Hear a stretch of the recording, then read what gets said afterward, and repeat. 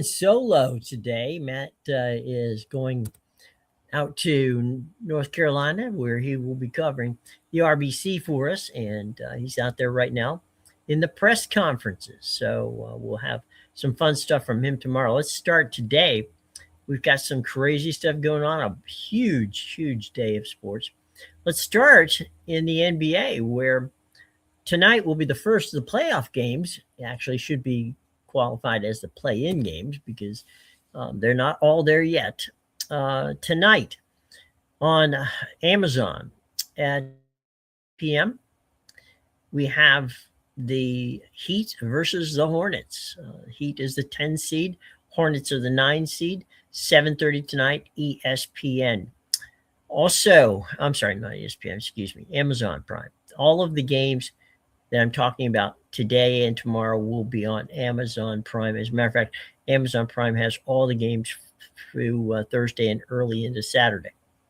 So that's tonight. It's the 10th seeded Miami Heat taking on the Hornets. That's a 7:30 game. Again, that's on Amazon Prime.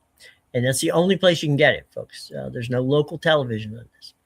Trailblazers at the Suns. That's a 10 o'clock game. Okay. Wednesday, the 15th, it's the Magic and the 76ers. That's a 7:30 start tomorrow. And also tomorrow, the Warriors and the Clippers. Warriors 10 seed, Clippers 9 seed. That's a 10 o'clock start. Now, the way the playoffs work, the 7-8 loser and the 9 and 10 winner play at 7:30 on Friday night. And the 7-8 loser and the 9-10 winner in the West play at 10 o'clock. Those are all on Amazon. Okay? All right. So let's take a look at this particular situation.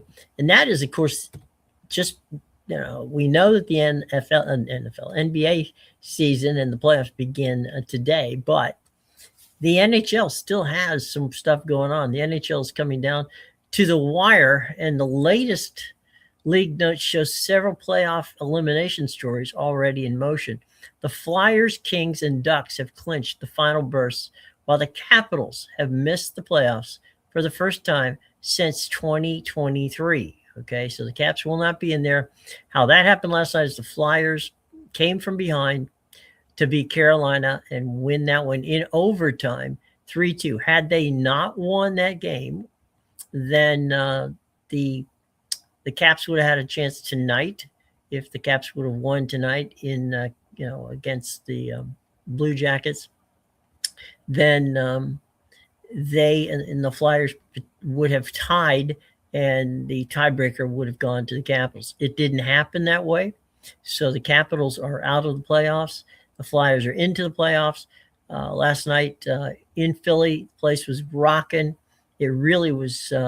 Playoff hockey hasn't been in Philadelphia for a while, and so they just enjoyed every last bit of it. As we said, both the Los Angeles area teams, the Kings and the Ducks, clinched last night. So it's a big night in Southern California as the LA Kings and the Anaheim Ducks are in the playoffs. So that means the league is basically in your classic spring stretch where every point still matters. Some teams, and this is more for the seeding situations now, we know who's in the tournament. We just don't know where they're in the tournament. So there's a lot to be decided in the next couple of days. Let's take a quick look down the street of the MLB slate. Now, some wild stuff happened last night. The Pittsburgh Pirates continue to be impressive, as we saw last night as they beat the Washington Nationals. Paul Skeens looked good in that one. The Dodgers out on the West Coast, in case you missed it, sent the Mets packing, and things are starting to get a little hot. Some of the stuff going on today, because we have a full day of slate of stuff going on. Match up the Rays at the White Sox in Chicago. That game was listed for a 7:40 p.m. start on the East Coast. We will go through the MLB action for today. Hang on with us one second as we pull that one up. And as I said, Paul Skeens pitched last night for the Pirates, look very good, and the Buccos are surprising everybody by leading the East or Central. I'm sorry, by a score of. Hang on, we're losing. There we go. Anyway, we'll get back to that in a minute. We'll get back to baseball in a minute. Right now, let's talk a little bit about golf after the Masters. In golf, the Masters still dominant storyline as Rory McIlroy won the final round. We know captured a landmark second title at Augusta. CBS highlighted the first round finishes, calling out McIlroy's back-to-back winner, an achievement that drives every Sunday. Now, as we said before, the calendar in golf moves to the RBC Classic, which is really kind of cool. The course is set up along the ocean, and it's really the closest course to the ocean. Now, I know you're saying, but wait a minute, Jim. We've seen, of course, what goes on up at the peninsula up there in Monterey, where the Pebble Beach tournament is. It's true. It is absolutely true. But there are cliffs between and beaches between the ocean. Here, you can watch the tournament from your boat, which is right there in the inlet. So it's really cool. It's going to be a lot of fun. Matthew, as I said before, is on his way up there, and we will get outstanding reports from Matt as soon as he gets up there, and he'll be back with us tomorrow to give us those reports. He's right now in a press conference, so we'll see what's going on there. Let's see if we can check in on baseball right now. For some reason, baseball's not our baseball page is not loading as we should see it. So let's go onward until it gets here. Hopefully soon. As a matter of fact, it just came up. All right, so let's go to what's going on today in Major League Baseball. And right now, we don't have any afternoon games today, as a matter of fact, as you would expect on a Tuesday. 6:45, Diamondbacks are in Baltimore to take on the Orioles. So it's the D-backs and the Orioles. Kansas City is in Detroit. They're taking on the Tigers. Reagans is pitching for Kansas City. Valdez for Detroit. The Nationals are in Pittsburgh. And Miles Mikolas is going to throw for the Nats. And Keller is throwing for the Buccos tonight. That's 6:40 start time, first pitch. Reds host the Giants. That's the 6:40 first pitch. Ray is pitching for San Francisco. Singer has got the ball for Cincinnati. Again, that's a 6:40 start in Cincinnati, the Giants and the Reds. Cubs and the Phillies square off. This is a battle of two teams that are expected to make the playoffs. Martin throwing for the Cubs. Philly, Aaron Nola. Yankees hosting the Halos. 7:05 this game in the Bronx. The Angels have Detmers pitching tonight. The Yankees have got Weathers. So that's where we see right there. The Yankees at 9-7. The Angels at 8-9. 7:15, Braves and Marlins. Battle of the two of the top teams in the East. I know it's hard to believe, but it is. And Myers pitching tonight for Miami. Lopez on the bump for Atlanta. 7:40, the Red Sox and the Twins. That game being played in Minneapolis. Gray will pitch for Boston. And, of course, Minnesota's got Ebel. The Rays are in Chicago to play the hapless White Sox. Tampa Bay is at 8-7. The White Sox are at 6-10. Shane McClanahan for the Rays tonight on the bump. He's 0-1 with a 4.15 ERA, but he's looked good. He just had a couple of little bobbles there. But Shane McClanahan and the Rays facing the White Sox in Chi-Town tonight on the south side. Let's move on to 7:40. The Brewers hosting the Blue Jays. That game tonight is Kevin Gausman on the hill for Toronto. Michalowski is pitching for Milwaukee. 7:45. Guardians Cardinals. It's an interesting game. Cardinals, at 8-8. Guardians at 10-7. Cantarello pitching for Cleveland. St. Louis has got McGreevy.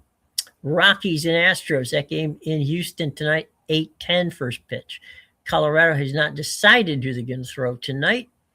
Gordon is pitching for the Stros. Let's move on to the late games. Padres and Mariners, that's the 9:40 start, 7:40 local, or 6:40 local. Wu pitching for Seattle, King for San Diego.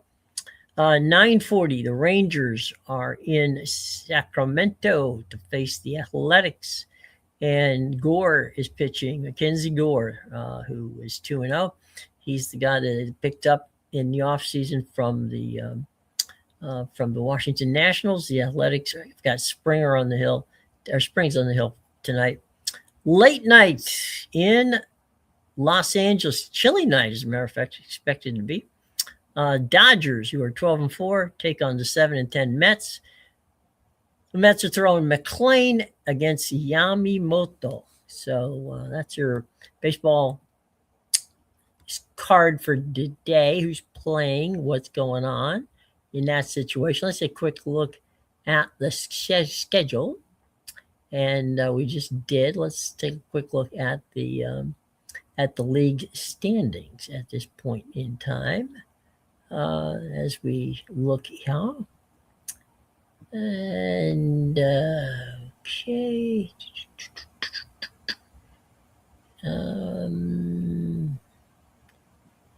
Shop teams. So, all right. So, the standings as of today. I'll tell you what, this Major League Baseball site is giving us grief. Sorry about that, folks. All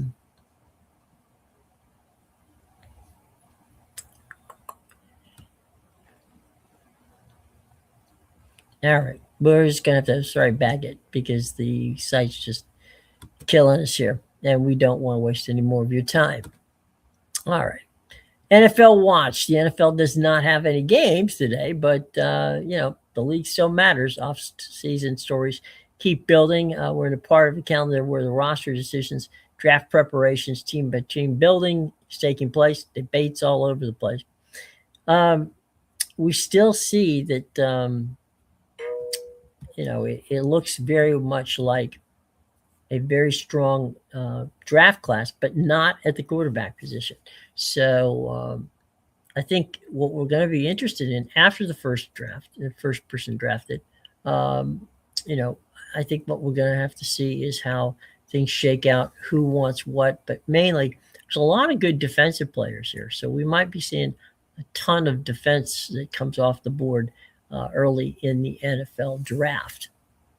And let's take a quick look around other sports as we get set for, a good Tuesday afternoon. Let's see. ESPN says that they show a busy landscape of what's going on tonight. They're going to be focusing on the NHL this evening. As we said before, there's a few things to be settled there, mainly the seeding, not who's in a tournament. So there's going to be some pretty interesting things there. Now, ESPN is getting ready for WrestleMania. Now, WrestleMania 42 lands in Las Vegas with all the spectacle the fans expected. The story behind the scenes, though, is this even bigger one for ESPN because it's their first WWE major event. And frankly, it's an event that ESPN has sunk a lot of time and money into. As a matter of fact, the WrestleMania 42 is so important that ESPN's giving it like a Super Bowl coverage. This is not just another rights deal. It's a test. It's a stress test, a culture test. and even a business test. ESPN wants to prove its app can handle global entertainment events without a hitch. Now, this is just going to be seen on the ESPN app. Okay, so I think that's where our critical situation is, right? People are going to watch on the app, so you're going to be watching on your phone. Some can download it to your OTT, to your smart television, pad, whatever. This is an event that ESPN doesn't want to screw up, and they want to prove that this app that they have been pitching for a long time is really worthy of it. Now, the coverage begins well before the first bell, which is this weekend.